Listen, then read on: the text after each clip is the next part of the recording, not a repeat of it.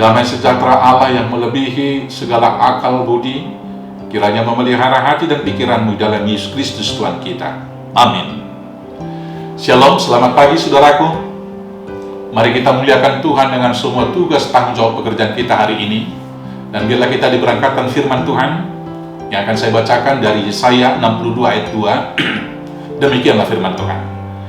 Maka bangsa-bangsa akan melihat kebenaran, dan semua raja akan melihat kemuliaan, dan orang akan menyebut engkau dengan nama baru yang akan ditentukan oleh Tuhan sendiri.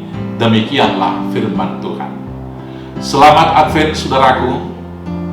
Di dalam masa-masa Advent ini kita masuk kepada masa-masa pengharapan dan masa-masa penantian kedatangan Tuhan Yesus. Masa-masa Advent adalah masa-masa sukacita, karena kita menanti-nantikan janji pemulihan yang pasti yang diberikan oleh Tuhan kepada kita. Pada masa-masa Advent ini, mari kita persiapkan jalan bagi Tuhan dengan cara yang pertama, kita tetap setia berdoa kepada Tuhan dan menyanyikan Maranatha, Tuhan datanglah.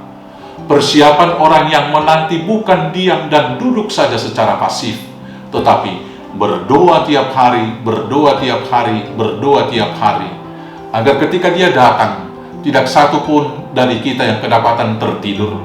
Agar ketika Tuhan Yesus datang, tidak satu pun dari antara kita yang tertinggal, tidak masuk ke rumah perjanjian, tidak masuk ke rumah yang kekal, yang telah disediakan Bapa yang telah mengasihi kita bagi setiap orang-orang yang percaya dan para pemenang. Yang kemudian saudaraku yang kekasih, ketika kita tetap berdoa, jangan pernah berputus asa menghadapi berbagai kesulitan di dalam kehidupan kita. Saudaraku yang terkasih dalam Yesus Kristus, ketika kita senantiasa berdoa dan berharap kepada Tuhan, maka kita akan dimampukan setia sampai Dia datang. Yang kedua, persiapan kita untuk menantikan kedatangan Kristus dalam masa Advent adalah bersukacita dalam pengharapan. Seorang pengantin wanita yang menanti-nantikan datangnya pengantin laki-laki, dia senantiasa bersukacita dengan hati yang dipenuhi kegembiraan. Masa-masa penantian itu menjadi masa-masa yang penuh sukacita. Dan ketika kita di dalam pengharapan, kita dimampukan untuk melakukan tugas-tugas berat pada masa-masa penantian itu. Seorang ibu yang setengah tua dimampukan untuk mengolah sawah ladangnya yang luas, karena dia berharap satu anaknya harus menjadi sarjana dari hasil pertaniannya tersebut. Pengharapan itu memberikan kekuatan, pengharapan itu memberikan sukacita, pengharapan itu membuat kita tahan uji. Maka kita harus bersukacita di dalam pengharapan. Yang berikut, dalam masa-masa penantian itu, arahkanlah hatimu kepada Tuhan.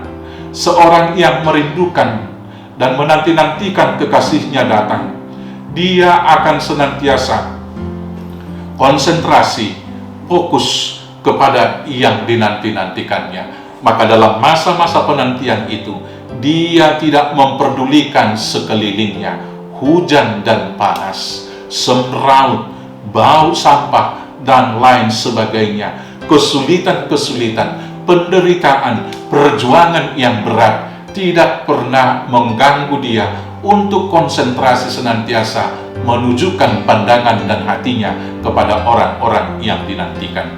Demikian halnya dengan kita. Boleh banyak persoalan politik, persoalan ekonomi, persoalan keluarga, persoalan lingkungan melanda hidup kita, tetapi senantiasalah arahkan pandanganmu kepada Yesus. Dengan demikianlah kita dapat berbahagia dan bersukacita pada saat ini, sehingga kita boleh menghadapi segala situasi itu dengan berbagai sukacita dan memuliakan Tuhan. Dengan demikianlah orang-orang sekitar kita akan melihat kebenaran kita. Dengan demikian raja-raja akan takjub melihat kemuliaan yang diberikan Tuhan kepada kita.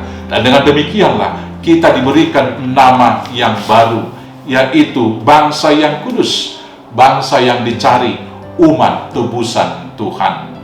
selamat menanti-nantikan Tuhan, dan selamat melakukan segala hal yang baik. Bersukacitalah dalam pengharapan. Tuhan Yesus memberkati. Amin. Kita bersatu dalam doa. Terima kasih Bapa atas janji anugerah yang Tuhan beri kepada kami. Kami akan diberikan nama yang baru, dan orang-orang akan mencari kami.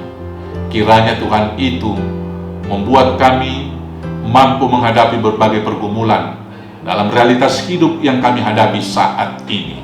Tuhan, berkatilah kami satu persatu dalam hidup pribadi, hidup keluarga, hidup persekutuan di gereja, dan hidup bernegara. Ampuni kami akan dosa kami, agar kami layak menerima berkat-Mu. Terima doa kami ini yang kami naikkan hanya dalam nama Yesus Kristus Tuhan kami. Amin.